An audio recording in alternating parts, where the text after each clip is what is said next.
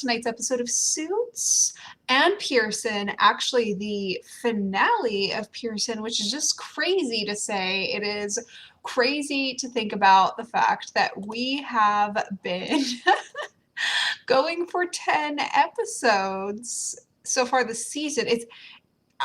I knew it would be a shorter season, but it's now when it's getting to the end of it that it really feels like a shorter season, I guess. I, as always, have joining me up there this time. Up there. I have Jessica joining me up there. I have Shana joining me up there as always.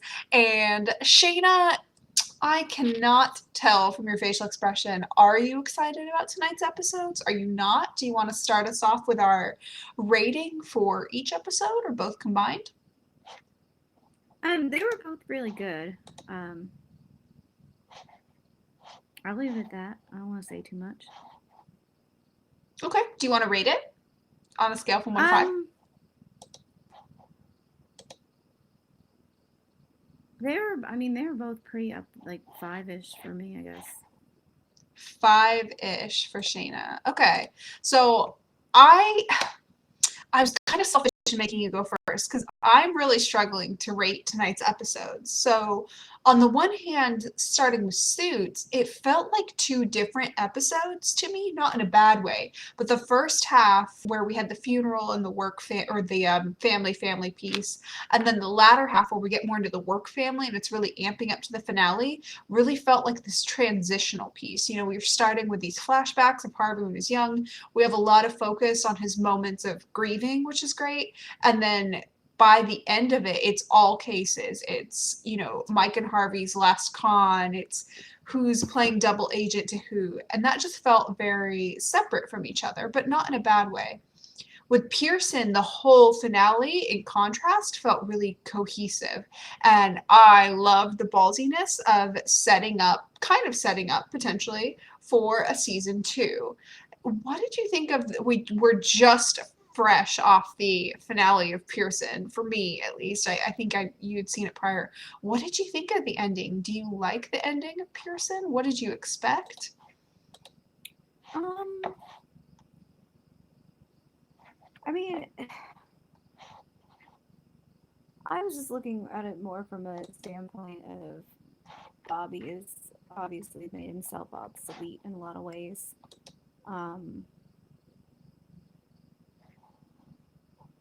And I was looking at, they had the nice throwback to Suits for Jessica, and they had kind of a wrap up with what was going on with her cousin. Mm-hmm. So whatever the setup was for the season 2, I don't really know how I feel about that part. I don't want to kind of get it wrong and say something and have it be kind of wrong. So that's I don't know.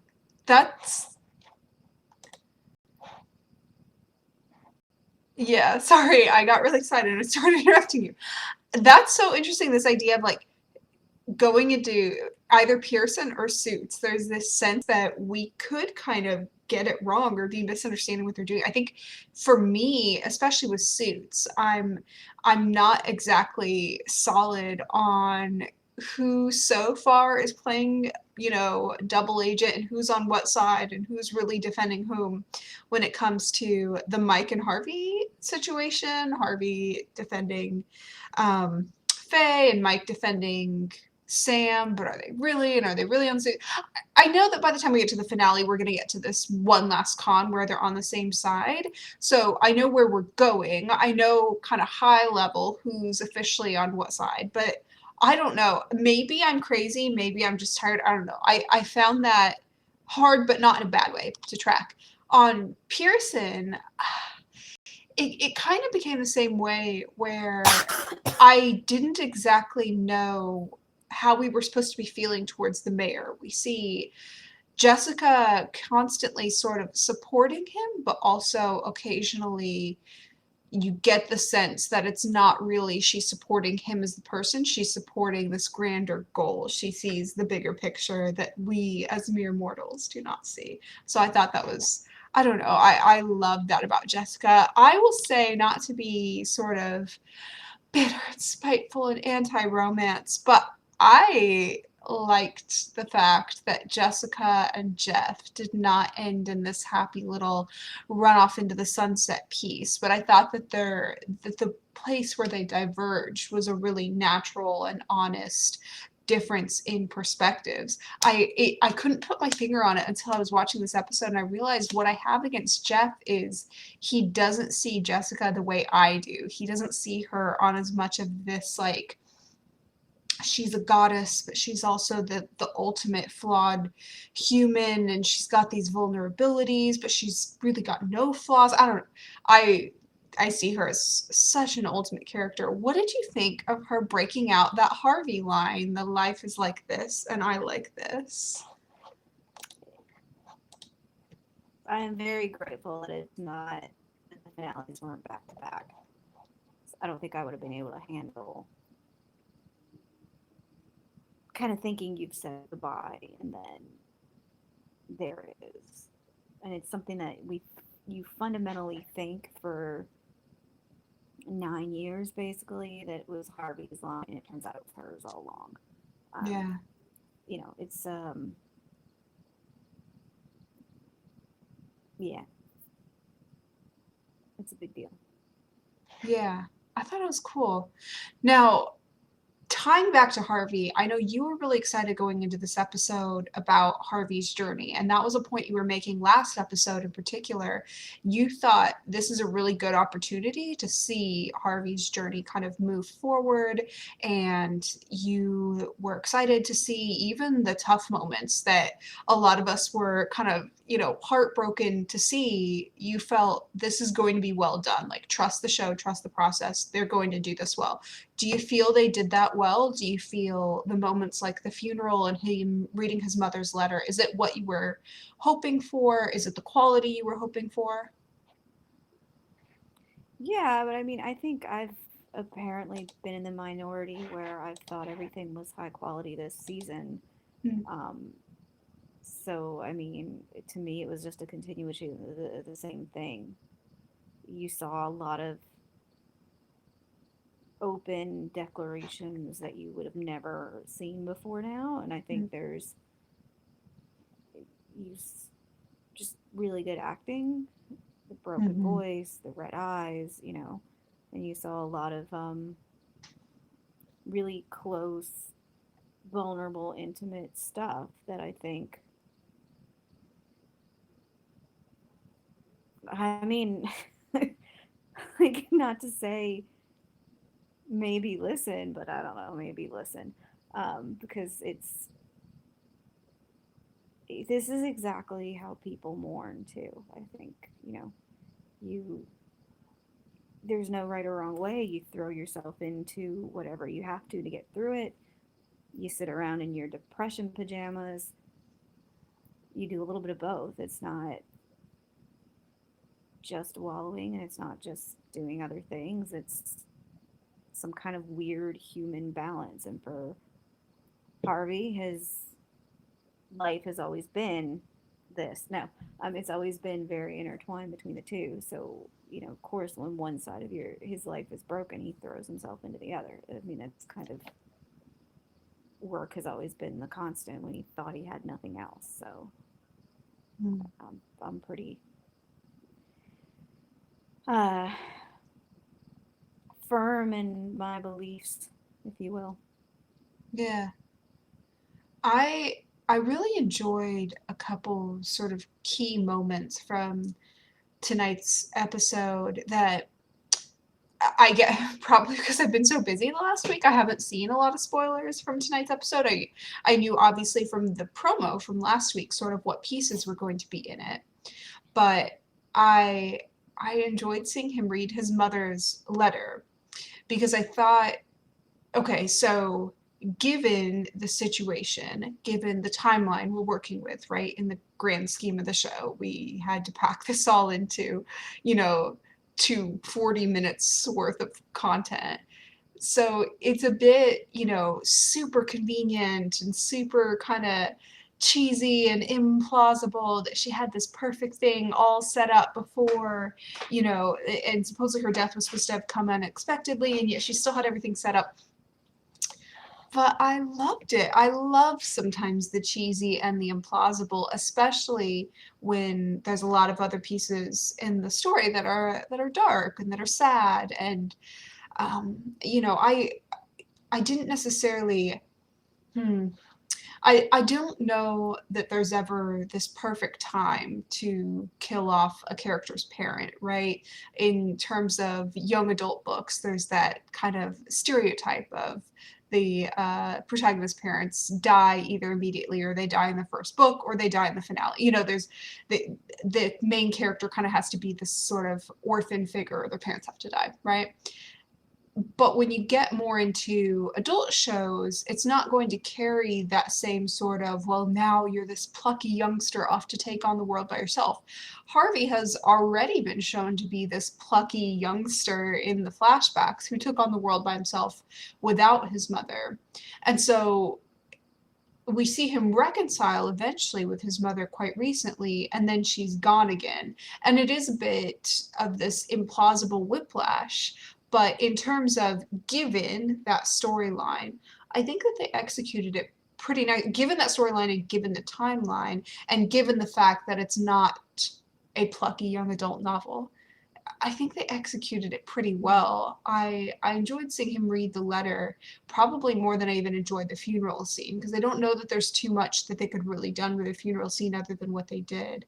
Whereas with the letter, they really embraced this sort of, we're not going with some sort of unexpected twist. We're going with something happy and perfect puzzle fitting. I thought that was kind of nice. I loved Donna in tonight's episode. What did you think of the moment where she stood up to Faye? Yeah, I mean, I don't want to take away, I guess, from anything, but I think that was kind of a big. I mean, it was another natural progression, right? I mean, they've been back and forth all season, and at a time when everybody's kind of raw, and when Donna's been looking out for her man the whole episode, because that's what you do in relationships, is you kind of take care of each other. Yeah, I would very much like to see her be the one that actually finally gets to show Faye the door, but Yeah, if I don't get to see what I get to see, I at least hope I get to see something good yeah, somewhere along the line with that. yeah. What I want to see out of the finale, I don't even know if I've let myself really think through that. That is such a lie. Obviously, I've let myself think through that. I would like to see Donna pregnant. I would like to see Harvey and Donna engaged. I'm quite sure we're going to get the engagement. I don't know for sure that we're going to get the pregnancy, but I can choose to believe whatever, right? But Mm-hmm. they've certainly hinted at the engagement. They've practically already given them an engagement, whatever. So what we're given on a platter, on this sort of like, this is what you'll get probably no matter what. We're going to get one last con for Harvey and Mike. We're going to get Lewis and Sheila's wedding, at which Sheila will probably go into labor or be about to. And we'll get Harvey and Donna getting engaged. And I can't say that I am gonna complain about that, because all of those are lovely things down on the platter, other than Lewis and Sheila getting married, which I couldn't care less about. Other than weddings are nice, right? Mm-hmm. I'm perhaps just being greedy, but I would love to see something more for Harvey and Donna, just because the engagement has already been kind of hinted at. I've already seen them as engaged forever. I would love to see, obviously they're not getting the wedding, but maybe the baby reveal. I think that would be nice. What are you hoping to see in the finale? I mean, I think they're kind of leaning towards them walking away and going to work with Mike, Mm-hmm. or at least going to be closer to Mike or something. Which, I mean, I'm good with, I think. I think it would be a nice way to close the loop take too long on or be kind of misconstrued on or anything like that. But I mean, it's just going to be nice, I think, as long as they can close the loop without doing anything that's too terminal. I think a lot of times when shows try too hard to make an ending an end, that's when they get into trouble. And on the flip side, that when they try to leave it too open because they're convinced that by doing so they'll somehow get brought back, which I know Aaron Korsh doesn't seem to have any indication of wanting to do. Um, but I think it just and they've done a really good job so far of kind of like picking up pieces of stories and making sure that they close up all their loose ends. Um, would I like to see Harvey and Donna get more time than Lewis and Sheila's wedding? Obviously, um, I don't think there's many people on the planet who wouldn't. Yeah. But I mean, if it, as long as the story fits and kind of leaves them in some kind of place that makes sense without being too terminal, I think I'm okay. So if they're for each other as they've been since day one and as they've been all season, I'm good. I'm Yeah. It's I'm kind of funny getting there. you mentioned that you hope, as I would say, I say we all hope, right, that Harvey and Donna get more time than Lewis and Sheila. If there's anybody out there that would rather have Lewis and Sheila have more time than Harvey and Donna, well, you've come to the wrong place. Um, Ken from Chicago in the chat suggests a double wedding. And he points out from one of my other shows, he says if Oliver and Felicity can do a surprise wedding in the middle of the West Allen wedding, why not Darby? It would be nice, he adds, to have an epilogue or flash forward a year or so later, maybe with text blurbs to explain what the characters have done. That is so cute. I know what he's suggesting, not the double wedding piece, but the flash forwards with text blurbs and all that sort of stuff.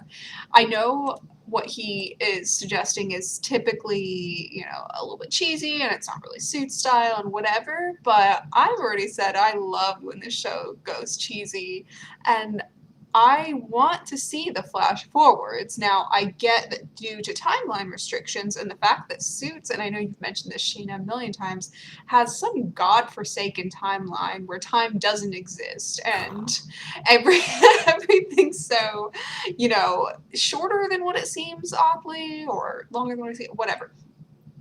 But having some sort of classic tropey, as he puts it, flash forward, I think would be cool because I want to see where they're going to end up. And as Shane has mentioned, I don't think we're getting this show back. I do think this is truly the end.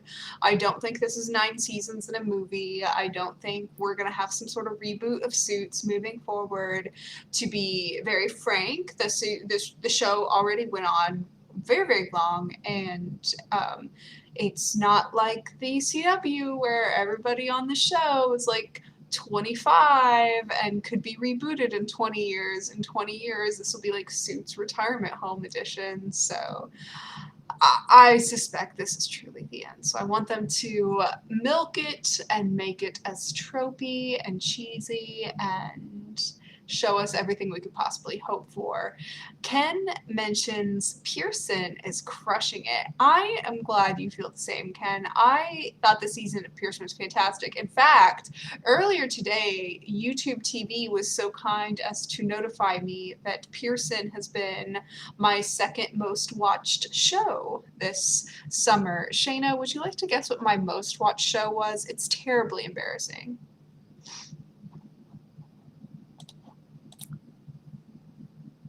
Something reality. You're right. As Shayna knows quite well, as always. It's Say Yes to the Dress. We don't have to talk about. I know the cringe. I'm so sorry. I have watched the entirety of season 18.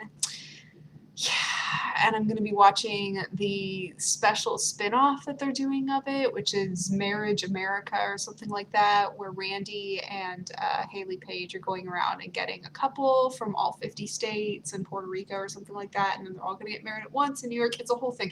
Anyways, I'm very sorry. The point of this is Pearson was my second most watched show because I felt it had so much rewatch value. I was rewatching a lot of the episodes, not just because I've often been sleepy at night when it's on, but I've really loved it, and I found, just watching so much of Jessica on screen, centered, leading the story, as she puts it. I think she mentioned in one of the little blurbs tonight that Pearson has been the show covering the 95%, where Suits has been the show covering the 5%. I've just loved it. I thought there was so much variation in the characters. I thought they captured the vibe of working in a government office really well. I really hope they get season 2. So everything I'm saying about the finale of Suits, where I hope they wrap it up with a neat little bow, I'm pleased that the opposite happened with Pearson. They wrapped up season 1, but they really left it open for season 2. Do you have any hopes or expectations for season 2? Jessica and Nick. I think I remember you mentioning that before. We never really explored your thoughts on it, though. I think it much more interesting than Jeff. Yeah. I think Nick is more of a guy that understands Jessica's gray areas. I think he's also, unlike Jeff, not afraid to let women speak for themselves. He's not afraid of opinions. I think he can go toe to toe with her a lot better than Jeff could. And I think there's kind of an undeniable chemistry both on screen and a little bit off with these Instagram live parties that Simon and Gina have been doing. Shout out to Simon and Gina, call me. Like I really think that's an interesting thing to look at, and I think they've kind of had these moments where it looked like they were trying to hint, like, kind of see what the reaction would be almost from the viewers. Like, we don't know if we're going to do this, but let's see what happens if we try. Yoli and Derek are apparently going to be another friggin' Darby. Take 900 years to get past the whole, oh, but we work together. The mayor can go. Like, he's so boring, and he's just one note and trash. And I'm tired of one note trash people. And I just say, yeah, I think I just need, I don't know what this FBI thing is though. So I don't know if I'm excited to see what they do with that, or if I would prefer if they scrapped it. I don't know yet. So I guess I have to see what they do, if they do anything. I think that, I don't want this show to be about the other show, obviously, but it would be nice to get more visits from the other cast. And that's not to take away from anything that Pearson is doing or anything that Gina is doing, but this is kind of the only way to ever see them again now, is if Pearson gets picked up and they do cameos. So it would be nice to see how Jessica feels about however it ends. That used to be her baby. So yeah, it will be. Ken agrees with you as well in the chat. He mentioned that it was a great first season, and the way it took off while Suits was ending was really nice. And he mentions it's 10:30, so he'd love to stay, but he has to get up early for work, as do I actually, Ken. And Sasha has joined the chat. Sasha says Katrina's face broke her heart today. She said, also, Faye started being a legit character, but she is such a useless villain. Yeah, I'm not so sure I ever came around to Faye's contribution as a villain. She was sort of annoying and hateable in a way, but I feel they've had hateable villains, but that could be me looking at the past with rose-colored glasses. I will agree with Sasha. Katrina's whole storyline today kind of broke my heart, but it also elevated it a little bit because I thought they were clearly setting up for this last little tear down Katrina so she can rise from the ashes and take over the firm. I know both Shana and I would love to see that. Both Katrina and Sam can take over the firm together as girlfriends. I think we've made our stance on that quite clear. Well, Yeah. Rachel C has joined the chat and she has pointed out Donna is pregnant! Exclamation mark. Rachel, I quite agree. I think you are right. I love that it is stated as a statement rather than a question. I think a lot of us are just going to choose to believe that Donna's pregnant whether they announce it or not, so they may as well announce it and humor us. It's like the Donna Evelyn Paulson thing. You would say yes or no, but I'm still going to call her by the correct name regardless. Sasha agrees she can get behind the pregnancy storyline. Well, as Ken pointed out, it is after, in my time, 11:30 Eastern, and we've gone a good few minutes over time. But if you would like to chat with me or Shana further, you can find us at our social media, which I put in the description down below. Shana also writes reviews about Suits and talks about Suits, and she's good at that kind of thing. So late. Sasha mentioned. It's gonna be so late. Oh, your review's gonna be late? Is that what you said? Sorry. Huh? You said your review is going to be late? Yeah. Oh, right. It'll come out sometime tomorrow morning. I don't know. Okay. There's a Well, lot. if you're looking It's a for that, lot. you'll find it in her information in the description below. Sasha agrees that Darby became so tropey today. I am so in favor of Darby being tropey and happy. All right, one more episode, Shana. That is crazy. We will see you all. Whew, deep breath. I'm gonna have a shot prepared for next week this time when the episode ends. Rachel mentioned she really likes that they brought Laura Allen back. Yeah, it was a fabulous episode overall. I think they're really being mindful of bringing back, whether it be our present day or in that case flashback or whatever characters, bringing back who we've seen before, but not letting that sort of dominate the screen time too much. So I thought that was done really well. All right, signing off for real this time. If you're looking for any of our information, you can find it below, and we will see you same time, same place next week for the last time. I know, tear. Bye, guys.